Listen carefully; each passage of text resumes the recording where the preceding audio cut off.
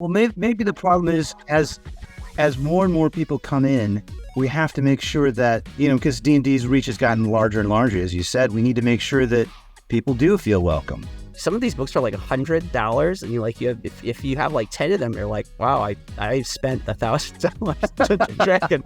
Yeah, hopefully you didn't buy them all at once. Haven't we been talking about this for 70 years, and now suddenly we're here developing AI, and we're only now worrying about safeguards? It's like, man, I don't know. And I think we all have to come in with our hearts in the right place. We're all just trying to, hopefully most of us are just trying to have fun.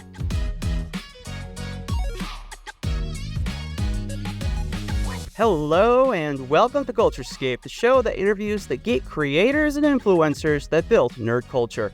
And today, in celebration of my latest role-playing game addiction, Baldurs Gate 3, I have with me a special episode with one of the OG Pathfinder novelists to discuss our mutual hip, deep fascination with the greatest game to ever come to pen and paper. Today, I'm joined by Howard Andrew Jones, a fantasy and Pathfinder novelist, a tabletop gamer, and a former professor of writing.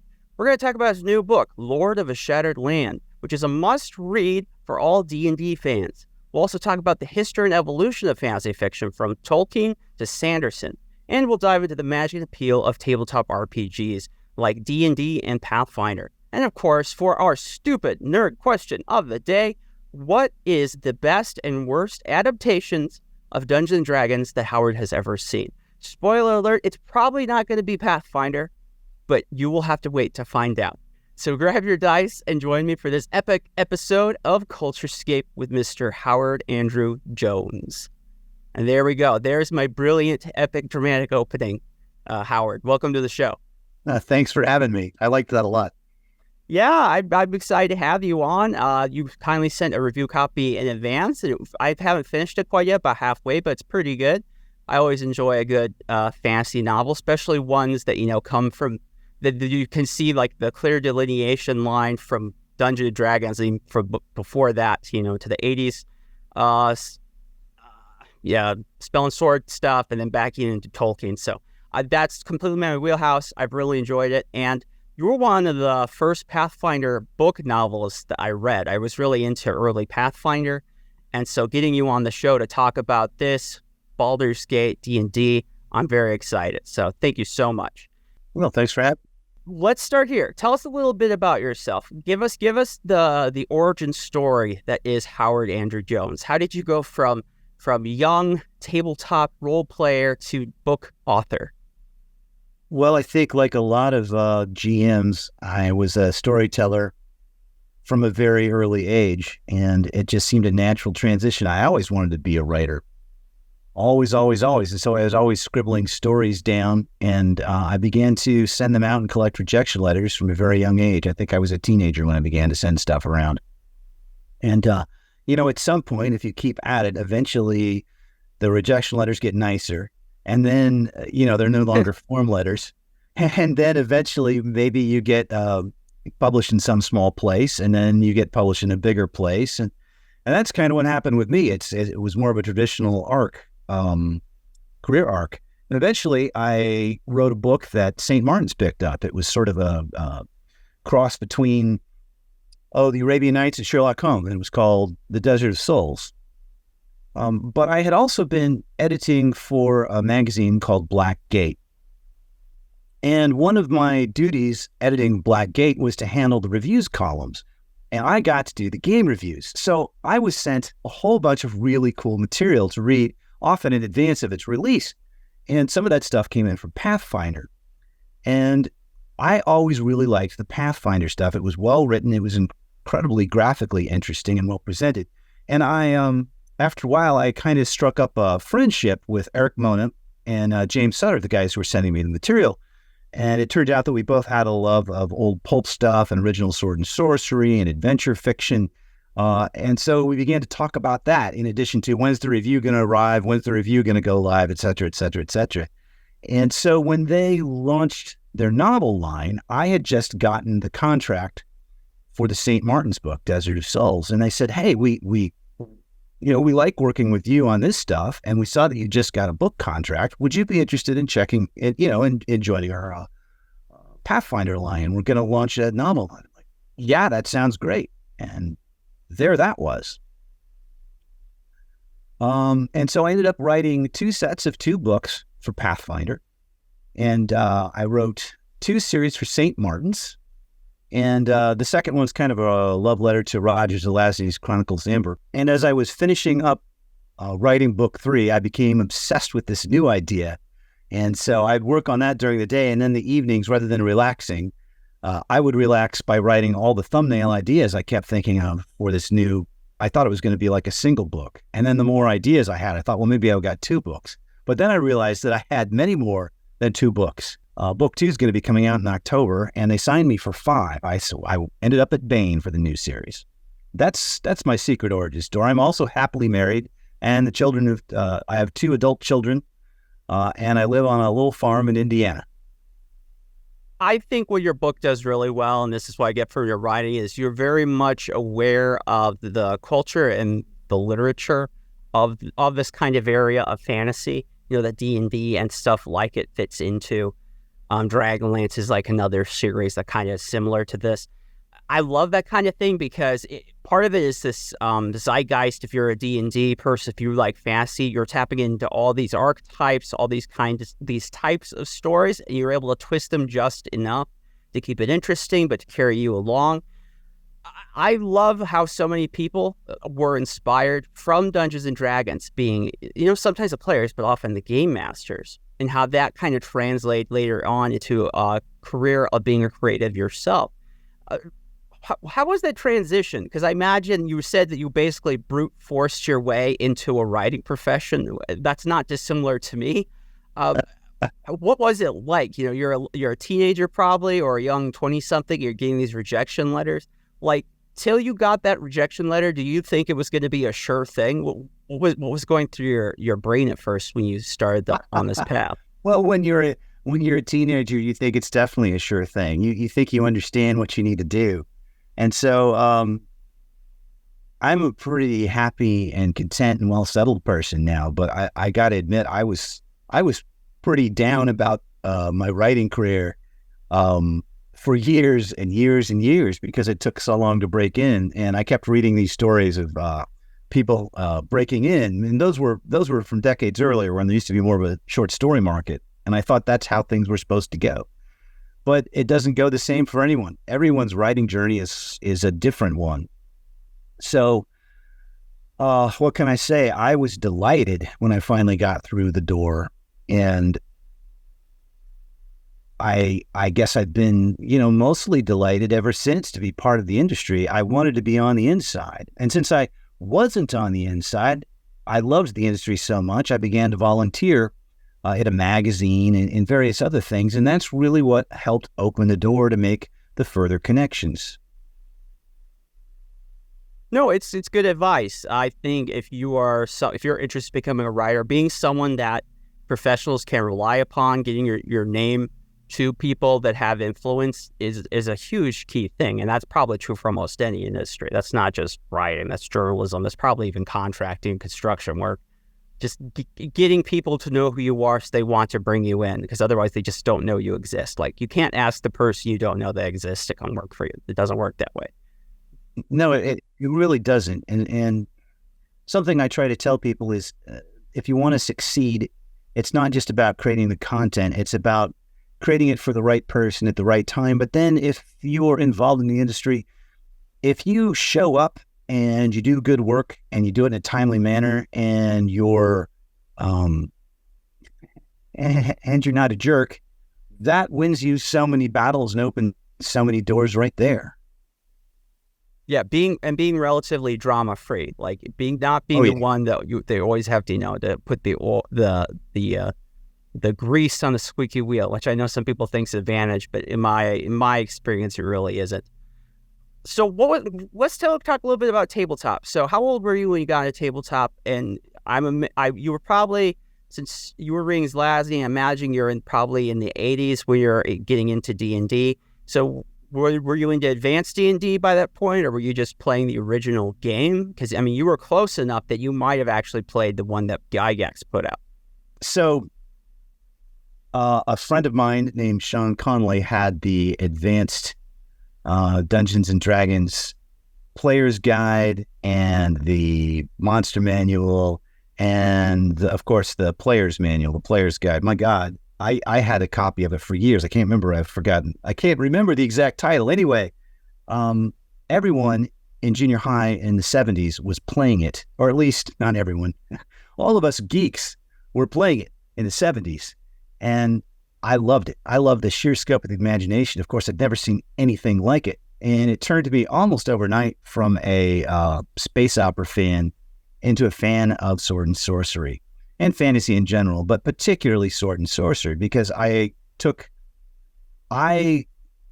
read the back of the Dungeon Master's Guide. I read the entire thing, like you do. And I read Appendix N, which of course is the famous listing of reference books and mostly fiction that Gygax recommended. And I took my 10-speed to the library in the used bookstore, and I unearthed everything I could find. And the first things I found were Leiber's Swords Against Death and the Chronicles of Hamiver by Roger Zelazny and several Michael Moorcock titles. And from that point on, my imagination was blown, and I just wanted to read more and more of this stuff. My background isn't dissimilar to yours. I was probably like 9 or 10, and my uncles were trying to get into D&D. And I think what they started with was Advanced Dungeons and Dragons, which I'm going to be honest, not a big fan of. I hear the word THACO, and it just stresses me out. But you are right. There's something special about D&D and the really well-written guidebooks that they're almost fabulous enough on their own. You never even really need to play the game because the lore is so interesting, the pictures, the ideas and concepts. They might have like a few paragraph short stories.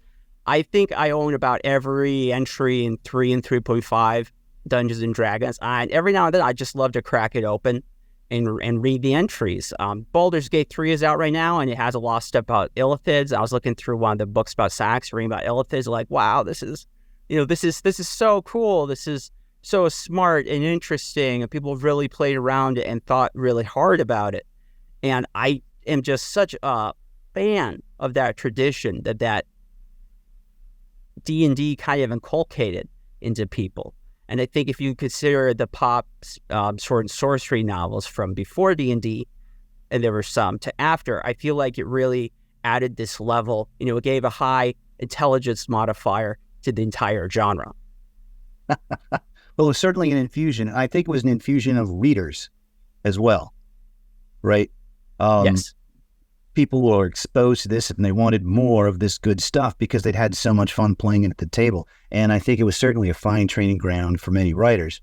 Although, of course, there are some drawbacks. I think some people hear, you don't want to hear the roll of dice, I think, in the fiction. Unless you're reading fiction that's especially supposed to feel like a game world. I try not to have my independent stuff, my non-Pathfinder stuff. I don't want it to feel like Dungeons and Dragons magic, which has a very particular feel. Mm-hmm. Yeah. Roll D20, see if you hit or miss. Roll 2D4, see how much damage. Sorry, I can't cast that one again. I used up my I think they call it now at rest, but I mean it would be like what they used to call dailies. So okay, I get that. And Zelazny is a great influence. He is a great book author. I don't know if lots of younger readers are familiar with him these days, but he's very influential. A ton of the authors I've had on this program. We had Jane Lindskold, of course, who was his partner when he passed, but lots of different. David Weber is another person. We had Larry Correa. Oh, gobs and gobs of people were inspired by Zelazny, and they came from that fantasy cultural milieu, that has D&D and it has I just had a terrible brain fart. Oh, well. I was going to say, has Tolkien, has a lot of those influences that we can see through today. However, this is a great point that you made in a different podcast. I was doing research for the show. And you said that one of the downsides is that D&D becoming so popular is that when you're a writing professor and you're working with these magazines to edit the entries, the submissions, they would get a lot of really bad fantasy fiction. Like you said, like, please stop sending me more, elf, dwarf, mystery novels. I can't do these. Please stop. Tell us a little bit about that. Yeah, you dug pretty deep to find that comment. But yeah, it's absolutely true. When I was working with Black Gate, and I edited a magazine called Tales from the Magician's Skull, which is sword and sorcery. And sometimes I would get, it would be a Tolkien elf or a Tolkien dwarf in a trench coat investigating crimes. And that's fine for comic fantasy, but I wanted adventure fantasy, and it doesn't really fit. And I began to get so many of them that I think I added into the guidelines any dwarf or elf private eye stories would be immolated upon reception, because I just didn't really want to see them anymore. So in a way, game fiction kind of feeds on itself. Dungeons and Dragons was inspired by Tolkien and Robert E. Howard and Fritz Leiber and Michael Moorcock.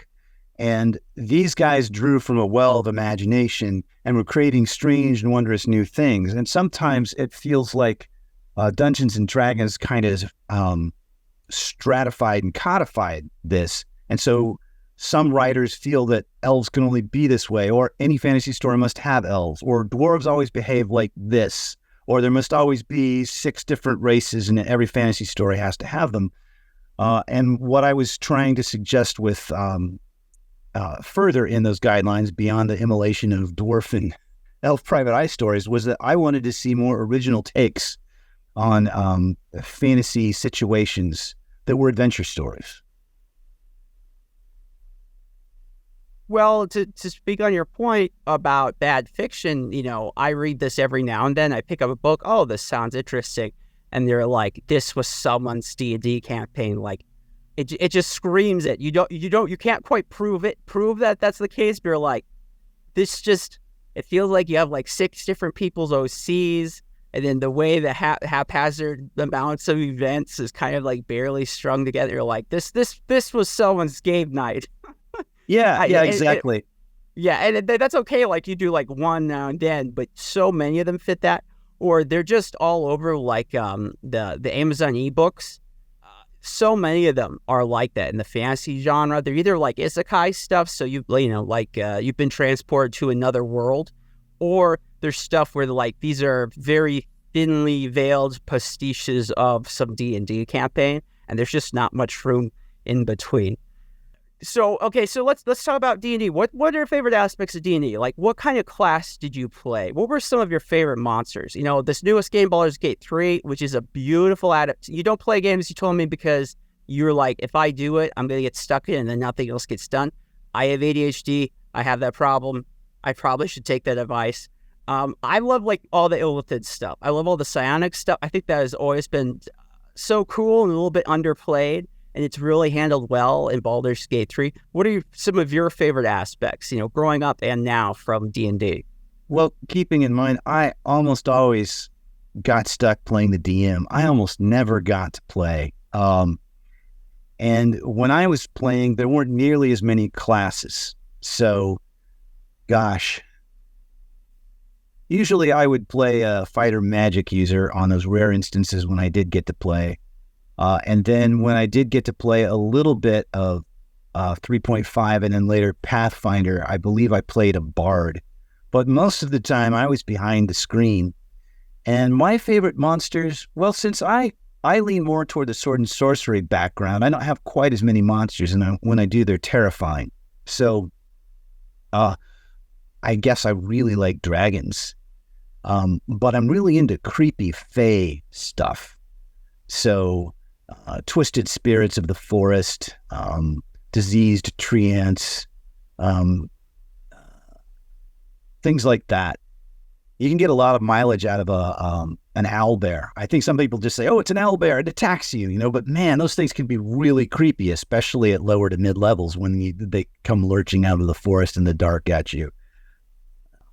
That definitely speaks to your experience wanting to be a short story writer, because that's kind of something that a short story writer would excel in, is like taking a smaller a smaller enemy, a smaller character, and really fleshing it out and making it feel much more impactful than it actually is. And that's something you can really do better in like a novel format than you can like in a tabletop game. Because in a tabletop game, it's like you spend 2 weeks putting together your magnum opus campaign, and then you play it, and then the players they just mess it all up.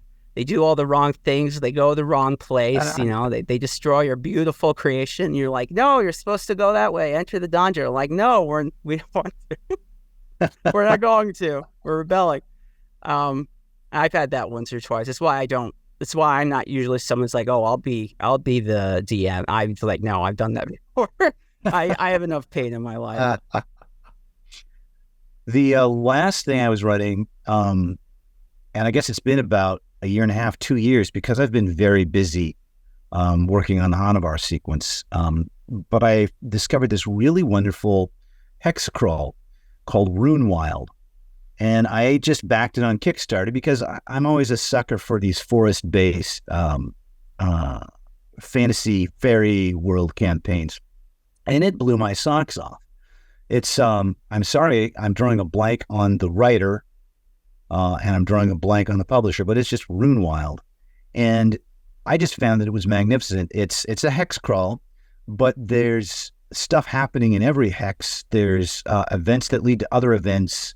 There's dungeons built into it. There's quests built into it. There's so many fascinating NPCs. There's just story hooks everywhere. So I was just running sort of a solo campaign for my wife, and she doesn't like the combat so much. She likes going interesting places and meeting interesting people and interesting creatures and interacting with them. So there would occasionally be combats, but it's more, this campaign allowed me, I tweaked a little bit. So she was mostly dealing with diplomacy and solving strange mysteries and exploring the deep woods and encountering weird fey creatures. And we were having a blast. And I do look forward to getting back to the Runewild. And it's a 5e product. But 5e is pretty easy to work with any system. And I was kind of using a simpler OSR system to run it. Do you like 5e? I know a lot of people who are more hardcore tabletop players or who go farther back, they have a problem. Mixed feelings on 4. Some people love it, some people hate it. But 5e, some people feel like it leaned a bit more towards the casuals and the normies. What are your feelings on it? Because that actually does play into what's happened with Pathfinder. Because when you wrote Pathfinder, it was a D&D property. It no longer is, and I'm sure that will fascinate my listeners. But what do you think about 5e? You like it? You don't like it? Well, you know what? I never explored it very fully. So I played Pathfinder for many years, and I decided after a while, like, I want to experiment with really simple systems, really dialed back. And I liked the looks of 5e, but it was already, it was doing things that Castles and Crusades was already doing a lot of. And so I'd been using Castles and Crusades, and when 5e came out, I didn't see much reason to switch. As a matter of fact, even though I quite like Castles and Crusades, I began to use even more stripped down systems like Beyond the Wall, and by this axe I hack, and some of the other OSR things. It's mostly just rulings, not rules, I think is one of the mantras. And I think a lot of people think if you're OSR, you're about killing characters, and that's simplistic. I'm not about killing the characters. I'm running a solo campaign for my wife, so she literally probably is not going to have this character die. It's more about creating a story together. But I like the OSR because I almost never have to crack open a book except to check monster stats. I never have to go look up a rule or see how far the spell can go. If she's thrown a spell, she can look it up. I just want to be there creating the story. So I'm afraid I don't have really strong feelings about 5e one way or the other because of the way I've been gaming for the last 6 or 7 years. Do you have strong feelings, though, with what went down just the end of last year, start of this one, with Wizards of the Coast? Oh, yeah, I have very strong feelings. Well, I remain friends with the Pathfinder folks. As a matter of fact, I just had dinner with Eric Mona at Gen Con, and I got to tell him in person that how pleased I was with the way Paizo handled all of that. I'll say kerfluffle. Yes. That incredible mess. They handled it with incredible dignity and insight and cleverness. And so did a whole bunch of other people, like the Kobold folks. And I'm afraid I didn't follow it as closely. But from what I saw, it was a big mess. And I'm really disappointed in the people running Wizards of the Coast. I know that the adventure designers and most of the role-playing people had nothing to do with those terrible choices from up top. So I don't blame them. I was just flabbergasted because this is the same for you, I bet. It was only in the last 5 or 6 years that all of a sudden, if I told an attractive gal or guy, down at Walmart, whatever, and like, oh, I'm playing D&D. Do you want to come play in D&D? Until that point, about 5 or 6 years ago, it's like you were just slightly above the people who evangelize at door to door, And I'm LDS, I'm a Mormon, so I'm very familiar with that. It was like you were just barely scurrying above it. When I was serving as a missionary for my church, sometimes you would go to houses. This happened multiple times. You could see through the window, people are there. You knock on the door, knock, knock, knock. Or you're trying to, and then everyone hides, like grown adults. They're just like, you don't even know how to react to it. You're like, what do I even do here? Yeah. And that's kind of how it felt like. It was like, what kind of weirdo would play a pen and paper RPG? That's so weird. And then all of a sudden I was attending a singles activity, and it was some gals that you would never in a million years before guess that they would be into Dungeons and Dragons, but they now were, and that was largely because of what they had been doing with 5e and then Critical Role. Somehow, miraculously, Wizards of the Coast had broke the formula. They figured out what it took to get that to go into the mainstream, and in spite of that victory, in spite of the gaping jaws of victory, they pulled it out. And they decided they were just going to make their lives so much worse. But I don't know what else you do. It was such a power play where they're basically, where if you, according to how you read it, it could have said, now and all future properties somewhat based on our intellectual property or these rights, the OSR, which was basically the basic skeleton fundamental system that you could use for any tabletop, and then you could pick and choose elements from D&D, or take your book and make it so you could slot into a D&D campaign. Very clever idea, by the way. And they were saying, well, actually, if we just decide we want to own that and we want all your money, we get your money. And that was like the dumbest decision I think I've seen in a very long time. But it blew up in their face. Like, oh, I know, all that goodwill they built up, and they just shot themselves in the foot, and they took so long to respond. They took so long to address it. It's just corporate greed. It was dreadful. And I'm glad they got taken down a peg. I'm glad they got taken down several pegs. Yeah. Is it a good thing, you think, though, for the future of pen and paper for people like Pathfinder, because now they have more control to sail their own course. They're not stuck with whatever random mandate Wizards of the Coast wants to go with this week? Oh, I think it's a very good thing in general. And here's the interesting bit, of course, is that the general public doesn't even know. A vast number of D&D players out there probably aren't even aware of what went down. But it's going to protect a whole lot of creators, both existing RPG creators and those in the future. They're no longer going to have to.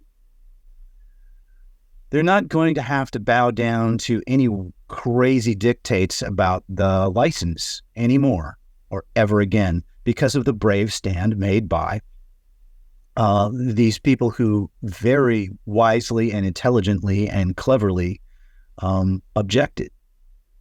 No, Paizo was a big leader in that. They're the writers of Pathfinder, and they were really the first ones that really to Dragonlance to some degree too, and then some others later. But they were the first big ones that are able to create their own little universe from Dungeons and Dragons, which I probably, in the mind of a Hasbro official, and they own Wizards of the Coast, probably was a tremendous mistake. But the sense of growing the player base, it was a wonderful decision. I mean, it really grew the property and getting people into it. But, you can't have it both ways. You can't have it like, oh, let's welcome everyone and then say, oh, we're going to actually, we only want the ones that come with lots of money. All you poor people have to stay out. Go away. We don't want to. We need more money. Give us all the monies. Yes. Oh, goodness gracious. It's fascinating. I some of the stuff with a D&D it's so crazy. It's a really awesome hobby because it really does make you think. It's very intellectual and social. I think it's really good for people who are more antisocial, who are kind of like, B types like myself. It's like this gives you opportunity to engage with other people in a fun yet sometimes meaningful way. And in a good campaign, the hours can just, whiz by, go really fast. It's funny because I was talking with someone, they were saying, oh, it takes so long to do this and this for Dungeons and Dragons. I was like, I've done things where I've spent a weekend and we never even got to the campaign and just people were just making their characters. They're just writing character sheets. I think it was fine. It was fun. We all enjoyed it. That's just kind of how the game goes. Do you have a favorite D&D memory? Because I do want to go back a little bit to Paizo and what Wizards is doing, but I don't want it to just be so negative. I also want this conversation to be positive because it really is a positive, wonderful thing despite all the problems it has. Like, what is your favorite D&D memory? Do you have a certain campaign, or was there a moment you're like, oh, this is so magical? Yeah, my God, there's so many of them. So I was running a campaign. God, I don't even know where to start. So a lot of my favorite moments I stole and used in my later fiction, as writers will do. As a matter of fact, the opening sequence of Lord of the Shattered Land began long ago in college as an adventure I created for I think it was the third episode of a campaign where the characters have to go and seek the aid of a dragon, not knowing when they get there that the dragon has no memory of the pact as they think there was a pact forged between their people and the dragon. And when they get there, they get a completely different set of instructions forced upon them. And so, I riffed on that. It's not the same story anymore. It's been 25 years. But yeah, that's a favorite memory. I don't know. How much detail do you want me to go into? It's as much or as little as you want to go. Like in my head, I can remember, I must have been 11 or 12. I'm playing with my Uncle Joseph, and he was the one, him and my other maternal uncle, Daniel, they would buy the books and they would kind of bring us youngsters over to play with them. That's how I got started into it. I remember one time they had bought the now it's a banned book by Wizards, and they are like, how did we ever do this? What terrible people we are. But the Oriental Adventures for 3.0 and 3.5, which really fascinating, interesting book. And he just, we just sat down with me for a couple of days. And this is when my younger sister was in the hospital with cancer. So this was a very stressful time for my family. And he just, for a few days, we just played D&D. It was just me and him, basically, just the two of us. I think the campaign I had, like, one guy was a samurai and his little buddy was a halfling rogue, and it was just such a fun, positive thing. I can remember doing that with him. It was so engaging and fun. I remember, taking down, it must have been like, you said something like an owlbear. It was like something like that. It was like a small kind of mob character, but it was just tough enough at the lower levels that felt like, wow, this is really an achievement. And I guarantee he was flipping some of those dice rolls for me. But it's a good memory. I like you, I have a lot of positive feelings about this game and this kind of experience that it can endear. It's pretty unique. I don't know. There wasn't really anything kind of like it, before D&D existed. Not any sense of the thing, except maybe the war games that D&D kind of sort of based off. But they didn't inspire the same kind of camaraderie necessarily. A lot of those war games are actually so pretty most intense. of the war games, you're not really creating personalities. You're moving pieces around. I actually love tactical and strategic war games. If I were to turn the camera around, I could show you a big wall of them that I also have been too busy to play, but love.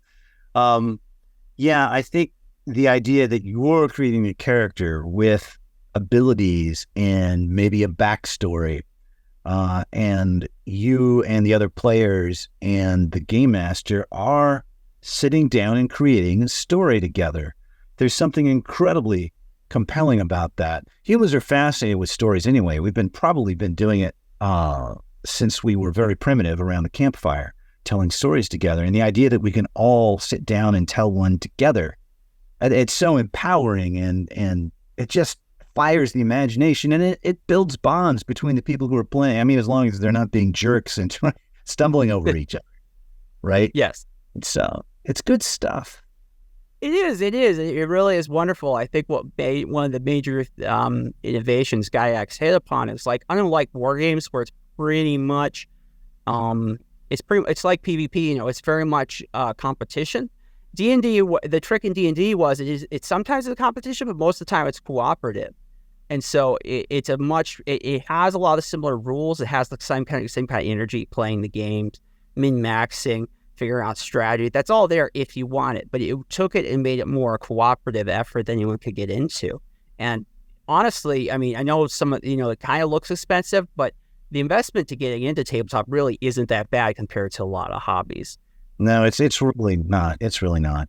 What really frustrates me, though, like you and I, obviously, we revere the material. We're inspired by the people who put this together, but the people who actually own Dungeons and Dragons, they don't seem to necessarily carry the same feelings. For example, the Gygax estate, Gary Gygax, he eventually sort of sold off his company, and eventually made its way over to Wizards of the Coast, who Hasbro owns now. But like by his son, another Gygax, he's like tried to bring back some of these other properties that his dad worked on, and he every time Wizards of the Coast Hasbro come with their lawyers, and they smash it to bits. And it doesn't even matter if it was something they owned or they had property over it. They would just say, no, only we get to have this thing, only we get to do this. And they've been kind of like that with the property. It's so weird because it's so positive and it's so community building. They also kind of want to be like the corporate overlords, it's our way or the highway.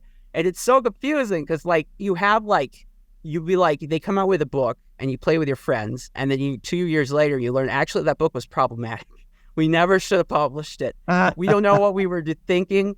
We brought on some diversity hires. They told us, like, how could you do this? This is terrible. And I know some of you are saying, well, works really aren't stand-ins for Black people, but actually we believe that now. I don't know why, but we do. And all of you should feel bad. And it's like, and me as a player, I'm like, I'm getting very mixed messaging here, guys. What is it you want from me? Yeah. I just don't know. I don't know it's hard to know where to turn or where the ground is sometimes. And yeah. I'm not trying to get you, I don't want to get you in trouble. You're like, I said this one thing on this small podcast and now they're not answering my emails. No. So since I've been sort of using, I don't usually use other people's adventures. Runewild is like one of the rare exceptions. I purchased it and I was so impressed I just had to run it. Usually I make up my own stuff, and usually I'm not that interested in other. Usually my wife plays an elf or a human, and that's about the only races we encounter. And I guess in that small circle of players, and before that we had 3 or 4, but we usually played humans or elves, and occasionally there'd be a friendly half-orc. I don't know. I guess I never thought about it, but maybe I'm coming from a privileged position as a very white dude, obviously, from the middle class, and maybe we do need to think about these things. On the other hand, if I'm just playing with other people I don't know. Yeah. I don't know. And I'm like you. I come from the Midwest. I have a religious background. So even if I think maybe someone's being completely ridiculous, I usually try to hear them out. That kind of makes me a bit of a squish on these things sometimes. It just felt like my experiences with D&D, and this isn't the only, this has happened with several nerd things in the last 5-10 years that before weren't very popular people outside of the nerd community of whatever the thing is, and now they have all these new people coming in. And it's like, it's like I was part of this and I knew the people in it. And this is what I used to love about conventions. I used to do conventional anime conventions. I'm a huge Doctor Who fan, just gigantic Who fan. So I love talking to people about Who stuff and going to Who things and writing about Who and reading Who on forums, etc. And I just don't do any of that anymore because something changed where it was like, up to that point, anyone could get involved, and really the only thing mattered was your engagement and like what you could add to it, or you just enjoyed it. And it was like never politics came up, never religion, never people could come and they weren't wearing deodorant. That was like a common thing, and very, very seldom did you ever hear someone putting someone else down. In fact, for the modern term, it was very inclusive. And the sense is like, here are all these people. Some might be outcasts, some might be not, but we're all really into this thing. So let's be friends to each other, even though we might never have met. And that was so special. Well, maybe the problem is as more and more people come in, we have to make sure that, because D&D's reach has gotten larger and larger, as you said, we need to make sure that people do feel welcome. And sometimes there's uncomfortable adjustments when we realize that something, the whole white man burden crap, the colonialists didn't think that was bad, but you look back and it's like, oh my God. And that's terrible. And maybe there's some stuff that we're blind to because we're so used to seeing it. And, sometimes there's overcorrections in some ways, and it's hard to know until the dust settles. But I think we need to make sure that we're welcoming to newcomers from different backgrounds than our own, so that we don't accidentally end up sounding as bad as some of the older adventure fiction did. On the other hand, sometimes it's possible to take the correction so far, and it's hard to know what to do. As long as we do it with our hearts in the right place, I think if we misstep, people will understand that we're just trying to, you know what I mean? And I think we all have to come in with our hearts in the right place. We're all just trying, hopefully most of us are just trying to have fun. And I think that's where we need to come with it, right? Yeah, no, I agree. I'm not someone that argues for gatekeeping very often because I feel like that's not necessarily positive. I think the issue is like when you have these big things and there are new people coming in and maybe they don't have the best intentions, or they feel that they have to have dramatic changes because they don't necessarily understand it. It's like I'm trying to say, like, these things were generally very welcoming. Like like some of these things might have had like a previous problematic history. I mean, some people do this sometimes. Like Gygax said this about this, or had this bad feeling about that.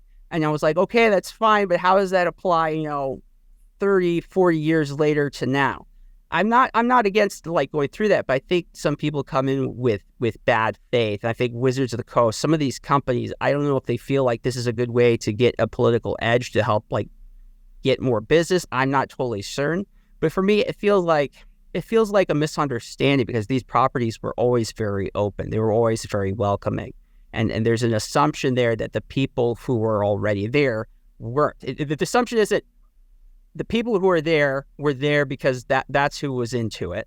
The assumption is the only people who were there was because everyone else was not allowed, which is just certainly not the case. When I was in high school, I had Dungeons & Dragons night with my friends. If a girl, any kind of girl whatsoever, had decided to come that night, it would have been like best D&D night ever. That's how it was then. It's just funny to me now how people look at these things. Yeah, I hear you. Okay, well, we'll move on. That's just me. Do you ever have you seen Jim Gaffigan, the comedian? No. He's a favorite of mine. He has a good line in one of his early stand-ups where he says, and this is what they say in my family, it's a whale issue. And he talks about, he says, like, you never hear anyone complain about the whales. You never go over to your father-in-law's house. There's like stupid whales, they're leeching off the government. No one ever complains about whales. This is kind of my whales thing, because I'm like, I've been here. Like I know these people. They're generally good. Like you get people who are like too hopped up on Mountain Dew or whatever, but it's just like, which is, I guess, just wasn't the thing. I don't know what else to tell you. No. This is kind of a thing. I'd like to do a stupid nerd question. That's kind of what I'm trying to do. So something that's more pop culture aspect. So, draw people in who might not be as familiar with the material. Since you have been following tabletop for a while, this is a good question to ask. What is the best and worst adaptation of Dungeons and Dragons? And you could expand this out, I guess, to tabletop in general if you want, that you have ever seen, watched, read. And think about more things like pop culture entertainment, probably more movies, television, games, less books, but I'll let you decide. I'll go first so I can give you some time to think. Okay, sure. I'm gonna go with a dark horse entry. I think I have an Adventure Time toy vector somewhere. I think the yellow dog guy, that's Jake. I think Adventure Time, this is like 2010, the show comes out, the first 2 seasons or so, when it had that original creator, Pendleton Ward, and I think you have kids, right? Oh, yes. So they probably have seen Adventure Time. Okay. That was heavily D&D inspired, and that was before D&D had really broken to like the big mainstream. I thought the way that they had handled with that show, they handled these concepts, and they acted as if everyone knew what this was. And it was just hilarious. It was just hilarious and fun and still welcoming and stupid all at the same time. And I loved it. And that's stuck to me to this very day. Worst D&D adaptation I have ever witnessed. D&D used to come out with, we could talk about that awful, it's either 98 or 2000 movie. That's too easy. I'm going to go with a worst D&D adaptation. I'm going to go with for a while, Wizard of the Coast is releasing these awful straight to DVD, like make your own adventure DVDs. And, those are gosh awful. That was a terrible idea. Yeah. That was something they should have workshopped a little bit more before they committed to manufacturing 100,000 DVDs or whatever their sales order was, because they were just so terrible. And I asked people about this. Anyone else remembers them? And apparently, maybe this is like a Berenstein Bears thing, because I'm like the only person that remembers that they made this, and maybe everyone else just pretends they didn't. But those are my picks for best D&D adaptation, worst D&D adaptation. What are you going to go for? I hate to say this, but I'm probably going to go with worst would be the Gygax novels. They're just they're pretty dreadful, and I hate to say that because we wouldn't have this without his involvement, and of course Dave Arneson as well, and a whole bunch of other people who probably don't get as much credit. But yeah, I really hate to say that, but he wasn't a novelist, right? And I think my favorite things would probably be, it's interesting that you mentioned Adventure Time. I hadn't thought of that and the D&D influence, but you're absolutely right. So I'm gonna stick with books, and I'll say that the Forgotten Realms novels and the Pathfinder novels, at their best, that is some great game fiction, and that's another thing I'm disappointed at Hasbro for, because they killed that line. And some of those books were actually doing quite well, thank you. They just weren't doing as well as other Hasbro products, and so they killed the line. And the only thing that exists now is Drizzt. We still have Drizzt novels. Yes, somehow. By some miracle, they let that one scoot through. Well, because it was making a whole lot of money, but we don't have some others, including some really fine writers who are doing some really great work. And there's a bunch of people who are still irritated about that. But Hasbro, the corporate overlords, decided that they didn't want to do that anymore. Oh, and I'm sorry, I'm dumping on Hasbro again. We were going to keep this positive. I apologize. It's easy to do. It's really easy to do. I think it's just like one of those giant conglomerates, just like as often as they do something right, they're going to probably do something wrong. Because it's like too many cooks in the kitchen. That's why I usually assume. I just it's too many people making decisions, and so they're saying all kinds of weird mixed messaging. It's like, at one hand, they'll put out some book, and it's like, whoa, this is super cool and Lovecraftian and dark and interesting. And then the next book will be, here's how to do your D&D coffee shop tabletop role-playing session, which is a thing that came out in the last 2 years, and I've played it. And my gosh, that is one of the worst things I think I've ever done in my life. Goodness gracious, that was... Maybe I should do that, because it's not adaptation though. That's them. Okay, that's so them. That's them. You can't blame someone else for that. That was their decision.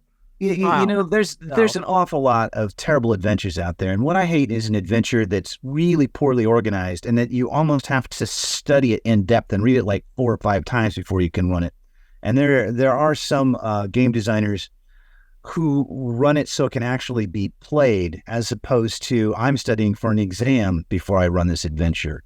And so I dislike that a lot. I'm not going to name any particular names or products, but that drives me crazy. And I do love one that you can run either right away or just with a little bit of reference. There's some stuff that Gavin Norman puts out, the guy behind Dolmenwood. And the way his adventure design, I quite like. You can kind of at a glance sort of tell what's going to happen and what you need to do with minimal prep. And I like minimal prep. Like I said, anymore I'm a rules light guy. I don't want to spend a whole lot of time referencing charts and stopping the story. I want to keep the story going.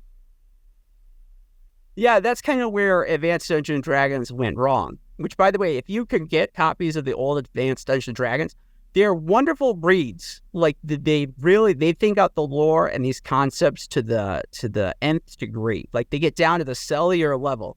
Like how does a dwarf's beard grow? Like on a biological scale, how would that work? The problem is, it's like you're too. It's like too microscopic, man. Yeah, I like don't goodness care. gracious, Yeah, I don't care. It takes so long to work through anything in Advanced Dungeons and Dragons. Goodness. I don't remember the beard growing thing. Maybe that was in a later supplement. I owned a copy because they love the paperback still when they're doing Advanced Ds. This is like early 90s problem. They were putting those out, maybe late 80s. So they were like mostly like that red color, and they were like that almost like that. Oh God, yeah, I do. Kind of I do remember that. Yeah, see, I just had like the 3 main books, and I think I picked up Fiend Folio, and that was it.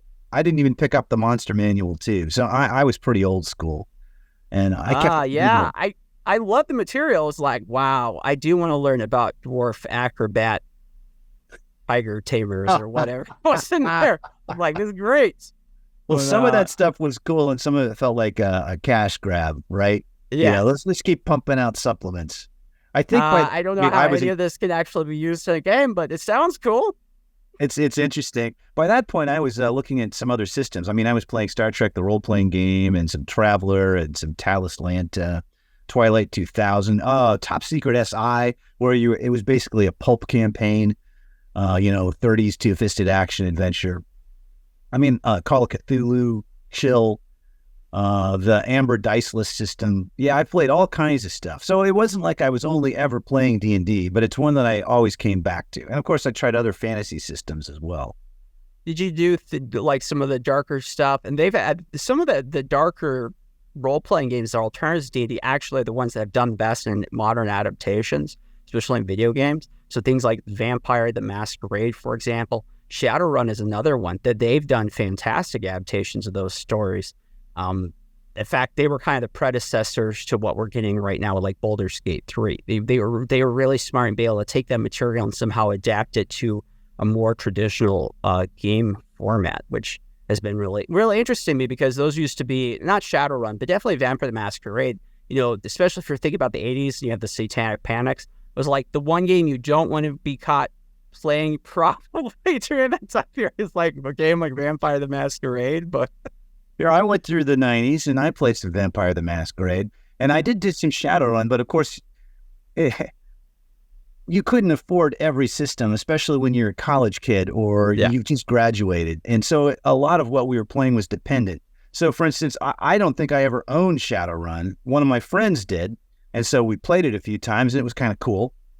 But I don't have tremendous experience with it. Another bunch of my friends owned Vampire, and I think we eventually got like the basic book because we played it quite a lot, but not exclusively. We were also doing some other things. The storytelling system was really interesting, and I remember enjoying it. It's been decades. I played pretty regularly from about junior high until now, so I've tried a lot of systems, and yet there's still a number that I've never played, even some of the really well-known ones. So, yeah, there's a lot. There is a lot, and each of them have their own little niche audience. And Right. They have a history and a culture about them. It's fascinating stuff. That micro niche nerd cultures are really interesting. If that's something if you're a sociologist or someone, I'm not using the right term at all there. If you are someone that was interested in studying human behavior and communities, I'm sure that would be an interesting topic for someone to do. I think we live in like a golden age of tabletop stuff. I wonder how much that is the internet, because like you said, getting the money together for these books used to be hard. And now basically most people I know, they own a few books and then they kind of borrow. Don't get me, YouTube. They borrow some other people's some other people's PDFs from sites that may or may not be about pirates. See, now that makes me sad, because it's not as though the people who write the books make a whole lot of money. That really does make me sad. Yeah.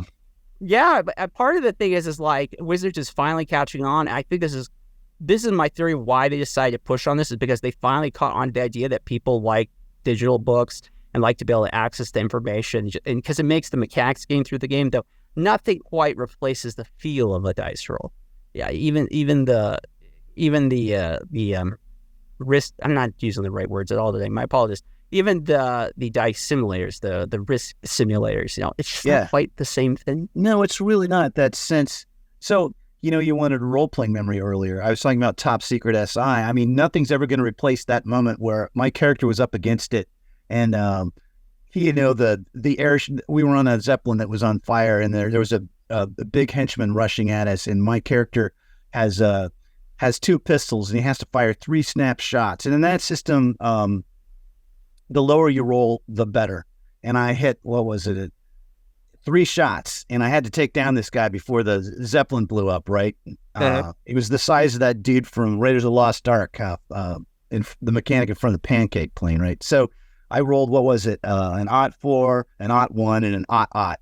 So, I mean, I took him down and saved the day. And just watching those dice hit the table and having that moment, I'm never going to forget the excitement, and everyone cheered, right? Yeah. Yeah. No, that's awesome. I know, like, you're so close to being wiped out, and just by the skin of your teeth, just by lady luck, did you pass through your trial? No, I love that kind of stuff. Those moments are magical. They almost make all of it worth it. Right. My point is this: like, Wizards of the Coast trying to catch up to the digital age, basically, and understand what people want now. And so from what I can tell is they don't, because they're cutting back on books now. They said they want to cut back on the adaptations. Though I don't know how that applies, because Baldur's Gate is selling like water in the Sahara. I mean, it's selling, goodness gracious, so many copies. But they kind of want to move D&D to be an app. Basically, they have a lot of marketing executives from Hasbro and people have come from different companies and come in and are like, we want to take D&D and basically turn to an app. And D&D for being this platform that, you all gather to go to, you put on your phones, and that's what you use. Do you think that would take away something from the experience of pen and paper? Pen and paper and books and sheets and sometimes little figurines that are a bit too expensive.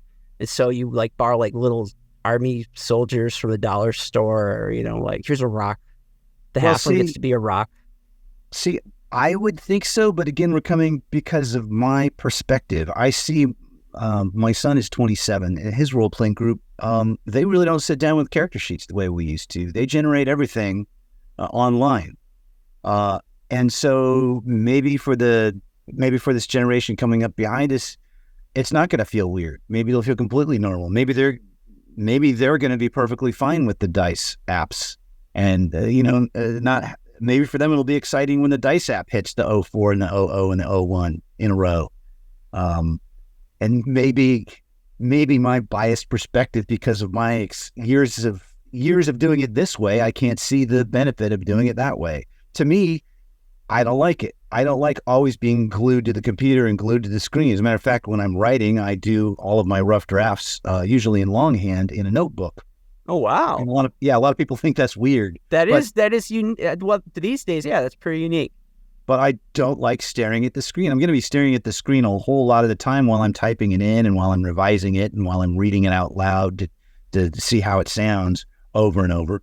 So, I like to get away from the computer. And maybe our society is getting more and more used to the idea of always staring at a glowing screen. And that's another reason I like tactical war games on a board rather than on the screen. I like to get away. I like to manipulate the pieces with my hands and stare at a big map that might take up a huge table and figure out which way the tanks are going to come in, and where's the ridge line. And you can't do that in the same way on a screen. Yeah, it could be just, I have a bit of a fuddy-duddy. That's such a Midwestern term. Yeah, that could be fair. Do I feel like my character sheet is less relatable if I use, and there's so many wonderful sites that will help you put together a character. Part of me is like, one of the innovations, it's one of these low-key things in Baldur's Gate 3 that the company Larian Studios put in an enormous amount of time trying to get perfect. And it's really a really clever innovation. I'm trying to think of the name for the system. Basically, they figure out a risk system that emulates dice rolls, but to a point. So and you can look it up, guys, if you have the game. If you go into the options settings and the gameplay, there'll be a part about adjusting dice rolls. And basically, the idea is to make sure that you don't get a bunch of failures in a row. Sometimes you just get, this is stochasticity at play. Sometimes you're like, I get a 5, I get a 4, I get a 8. I keep failing over and over again. So to prevent some of that happening, there are times that the algorithm adjusts the roll just enough so that you feel like you're getting more engagement in the gameplay. And it's a really interesting innovation, but then it also makes like someone that's like a diehard and someone that's trying to do it the right way, also very Midwestern. It's like, how could they do this? How could they mess with something so beautiful? But I'm gonna be honest, when I was playing Baldur's Gate yesterday, and I wasn't dealing with the problem of endless failure rolls. I was like, you know what? I'm okay with this. So maybe you're right. Maybe people will adjust and no will own any books, and you'll just be some kind of weirdo that has those old, some of these books are like $100, and if you have like 10 of them, you're like, wow, I spent $1,000 to the dragon. Yeah, hopefully you didn't buy them all at once. Hopefully you spread that out over several years. No, that's interesting. You were talking about the modifying. One of the house rules I always employ when I'm running D&D is I like a more heroic game, and you don't see Conan fumble his sword when you're reading a story. You don't see Fafhrd the Great Mouser fumbling. I mean, occasionally there'll be a mistake and they'll slip or something. But so I know a lot of people roll to confirm a critical. I roll to confirm a fumble. So if there's a terrible fumble, I roll again to see if it's truly terrible. If they actually fumble exactly the same number again, it's like, okay, then I got to come up with something terrible that's happened. Otherwise, it's just a miss. They've failed. Because it just, at some point, we're trying to tell these heroic stories, and stupid stuff sometimes would happen. Like, man, this does not feel like a heroic adventure story. But yes, a lot of people run with different house rules, depending on the feel they want in their tales. Definitely. That was kind of one of the mistakes Wizards made, I think, here.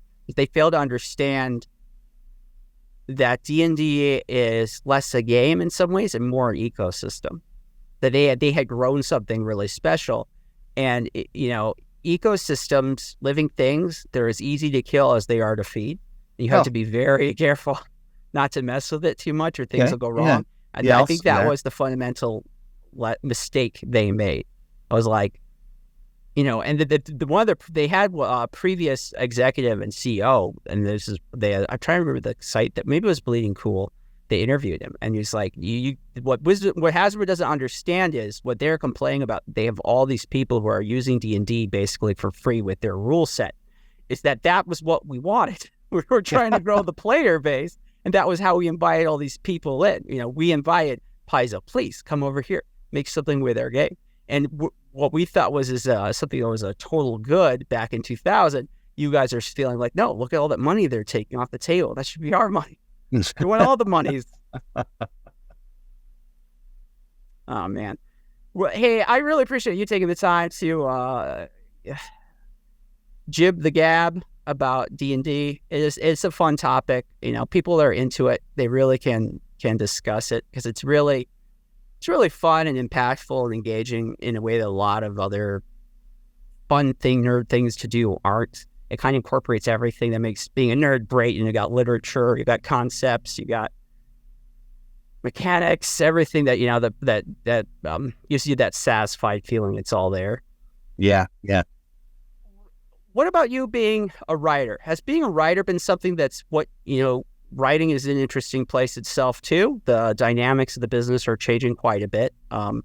Books, less so probably than like straight up news writing, but even in the world of books with AI, ChatGPT now on the head, we've had, of course, innovations that Amazon brought on with ebooks. So much is changing. It feels like everything that used to be solid is now quicksand. How do you feel as a writer? You've been on this path a while, and now you're a success. You're writing the kinds of books you always wanted to write. You were doing the kinds of stories you always hoped to. Younger you, reading the Rogers of Lae'zel novels, is probably so proud of today's Howard Andrew Jones. What are your feelings now on now that you are a big success? On where the industry's going, or how where the industry is? What do you think of your career? What do you think the future of being a writer in all this mess is going to be?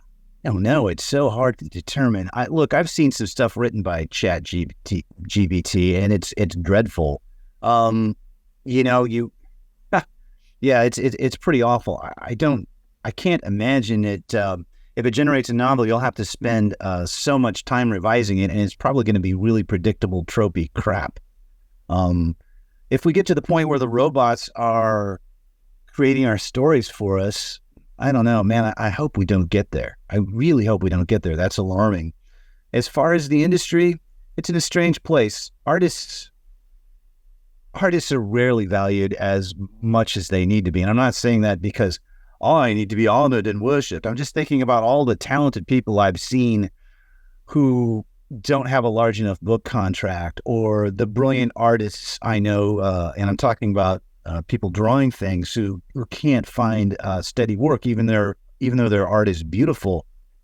I wish our culture valued it a little bit more and paid these people, as well as teachers, more what they are actually worth and valued it. We certainly love the entertainment, and I am afraid that it's getting crushed by the corporations who just want to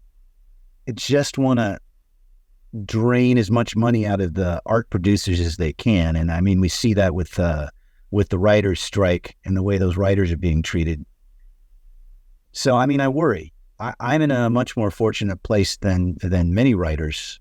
And I don't know what the future is going to be like. I didn't see this ChatGPT thing coming. I didn't see this AI thing coming, to be perfectly honest. I mean, since I was a little kid, I've been seeing shows on television, and I've been seeing movies where, hey, isn't it a bad idea to try and develop artificial intelligence? Don't we need some kind of the famous 3 laws of robotics hammered in? How come we haven't figured this out? Haven't we been talking about this for 70 years, and now suddenly we're here developing AI, and we're only now worrying about safeguards? It's like, man, I don't know. I think I'm going to try to change your mind a little bit on the AI, because I write this, and it kind of it makes me excited, but it freaks me out a little bit. So Sean Thomas writes this piece for The Spectator called "AI is the End of Writing. The computers will soon be here to do it better." And his example is this amazing prompt someone put in. All right, so he was asking, please write me a poem about the transformer neural networks in the style of Edgar Allan Poe's The Raven. Try very, very hard. It's kind of scary. I don't know if I'll read all 4 of these, but I'll read the first set. Here it goes. Unless you want to read it. Would you like to read it, Mr. Jones, if you can see it? Just call me Howard. Write a poem about transformer neural networks in the style of Poe's The Raven. Try very, very hard. Okay. Go for it. Go ahead. No, you okay, I can do it. I was going to let you do it. I'll do it. So, once upon a midnight dreary, while I pondered weak and weary, o'er a sea of data churning what neural networks might be learning. Sudden from my monitor there came a curious dancing line, as of pixels etched in phosphor, flickering with hints sublime. That's not a full rhyme. Deep learning, I muttered, pondering, how will I AI divine? When emerging from the chatter, an airy voice did chatter. Seek not to know what neural net abstracts within its chamber, for it feeds on data gory, morphing forms and changing story, rending order into riot, now a jester, now Lenore, ensnaring minds in dubious factoids, a tangled spurious lore. Quoth the net, the truth is boring. And yeah, no, that's just a sample, but it's pretty good. They got like the whole poem, and you're like, yeah, it's got issues. Obviously, it's not. Well, here's the thing. Yeah, there's always issues, and I have seen individual paragraphs that are clever or kind of promising, but what I cannot imagine that you can generate a coherent novel from one of these things without spending a whole lot of time editing it into shape. And if you're going to do that, why not just write one yourself instead of leaning on a robot? I mean, is a robot going to be able to create deep nuance, surprising character arcs, a mystery that makes sense, that is well motivated? I hope we don't get to that point. I can't imagine our creatives being put out of work by the robots. But who knows? That's the big question, though. It's like this tech. Are we beginnings of something that's going to become like that powerful, that creative? And keep in mind that it doesn't actually need to be as good as a creative is now. It just needs to be okay enough and cheaper. Like that's what basically the writer's strike. One of the big points, the two big points that can't seem to get through is one, writer's room, because the companies just don't need as many writers. We're only doing 10 episodes, 5 episodes now instead of 23. You just don't need as many people. But the other thing is AI. And this is so interesting because this is something that the writers keep pushing. And I agree with the writers on this. They're saying, look, if you're going to do work and you're going to write in the style of me, I want you to give my permission, or how about just don't do it? Like, just don't try to try to use me to force me out one day. But the studios, interestingly enough, I think they do believe that AI will be eventually be getting to that point where it could.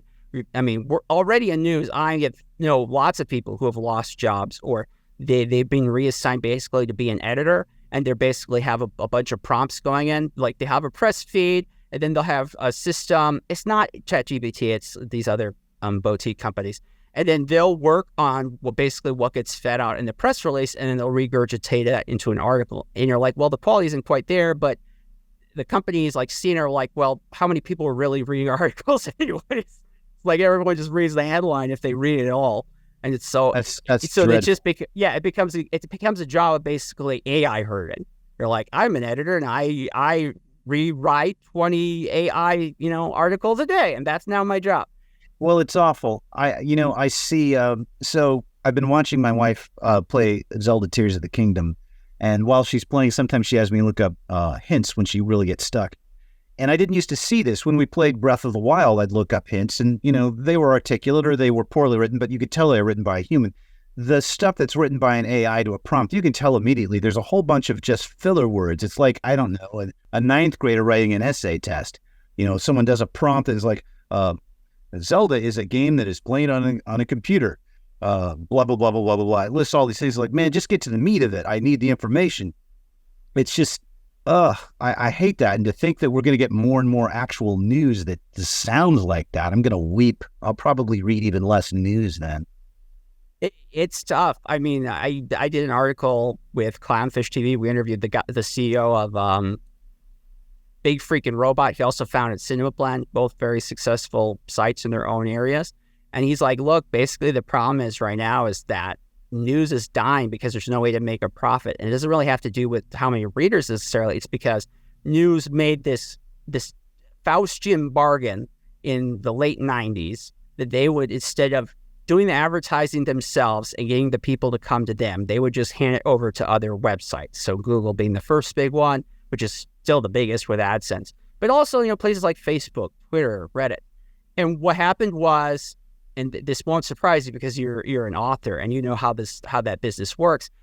Eventually, these companies, when they figure out that you aren't indispensable and that you can be replaced for like a lot less, they're like, they're like, oh, there's a lot of money here and I don't have to deal with those people. And they're like, okay, that sounds good. I like this. So that's kind of what happened, where like Google's like, we don't need the news people. We'll just regurgitate this information ourselves. And of course, that means the results we are getting is worse. But in their minds, it's probably like the cost benefit analysis here is, even though the cost, the quality goes down, if we still get enough people to show up, it's better for us. And I think that's happening to a lot of things. I think it's happening in writing. It's happening in news. And no, it's frustrating. It makes me sad because I'm like you. I'm not as well versed in in classic fantasy literature, but I've read My Zelazny. I like that kind of stuff too. And it's like, are we just going to get to the point where that was a thing of the past, or we're out of the golden age, and now it's Amazon ebooks and ChatGPT made dwarf and elf mystery novels from here on out. And if you're into dwarf and elf mystery novels, if that's what floats your boat, go for it, man. I just didn't want to see it in my adventure fiction, but I really don't think I want to read any of those written by a robot. Thanks. Oh, I think they'd be wonderful in their clunkiness. Yeah. It'd be ironic reading. You had the experience where you read something that is it's just so bad. It's actually it's just interesting. Like, it's so bad, it holds your attention. You're like, wow. You know what? I've read slush for 2 magazines now, and no, I don't want to do that ever again. I have limited time and a huge to be read pile. So no, I don't. Okay. It's my morbid curiosity speaking. I find that kind of thing fascinating. Yeah. Maybe I'm a bit of a mean person, but I do enjoy like an epic failure, having a few of my own to speak of. Well, Howard Andrew Jones, thank you so much for coming on the show today. This is fun. I really appreciate you sharing that book with me. I'm looking forward to your next entry, which comes out in a few months. You're a nerd's nerd. You're a great writer. You're a fun guy. You have appreciation for the classics. So you are the perfect candidate to come on the show, and I appreciate you're willing to make the time. Where can people find you if they want to find you? Do you got socials? Are there places you like to frequent where people can engage you at? Sure. You could find me on the platform formerly known as Twitter at Howard Andrew John. You can find me on Facebook, and I'm on Facebook a little bit more regularly than Twitter at HowardAndrewJones.1, I think it is. If you search for the Howard Andrew Jones who's talking about fantasy books and old adventure stories, that's the right one. And I do maintain a website, although I'm so busy writing Hamiver, I don't really update it very much. So that's HowardAndrewJones.com. And I will be at Dragon Con this year in Atlanta. And I will be at Archon in St. Louis a little bit later in the year. Yeah, Dragon Con. That's a big one. I think most of the authors I've spoken with on the show are go to that. That's like a big, that's like a big writers event. That's where all the fantasy writers like to hang out. Dragon Con. Yeah, it's pretty nifty. I always attend that. I don't always attend that. I always attend the Gen Con Writers Symposium. I would like to get to Dragon Con more often, but it's a longer drive. But a lot of people always attend that one because it's huge. It's about the size of a Comic-Con. It's probably larger than many Comic-Cons. It's immense. It's a little overwhelming, but this time I'm going to be surrounded by all of the wonderful Bane staff and fellow Bane writers, so it's not going to be nearly as overwhelming. Excellent. That will be a lot of fun. I'm happy for you. You should probably enjoy that. Yeah, it surprises you when you go to something like that. You realize, like, wow, there are actually a lot of humans that like this kind of thing. It's not just me. It's not just me and my small group of friends. There's actually like a lot of people consuming these novels and stories and stuff. Absolutely. It's delightful. And you know what? I don't see any robots wandering around creating art there either. So that's don't give them any ideas. Don't. I'm afraid some executives can listen to this podcast, but like, that was a good idea. We should try that. But what I don't want to see are those creepy robot dog things, them wandering. Yeah. Ugh, yeah. That would be fun. They'd start out being ironic, but eventually it'd be real. It'd be like Dragon Con, but the police state. It'd be great. Okay, well, we're on that stupid note, we're going to end it here, guys. Thank you so much for watching and listening to CultureScape, the show that interviews the geeks and creators that influence nerd culture. Great appreciation for Bane Books Publishing, imprint of Simon Schuster, who helped put together the show. Especially Sean Korsgaard, wonderful guy. Really appreciate his help. Thank you again to Young Voices, who also helped put together the program. And of course, my editor, Chris Holowicki, who makes me look so much more competent than I actually am. Thank you once again, Chris. You are awesome. And to all our friends here, our listeners and viewers, until next time, please keep geeking out.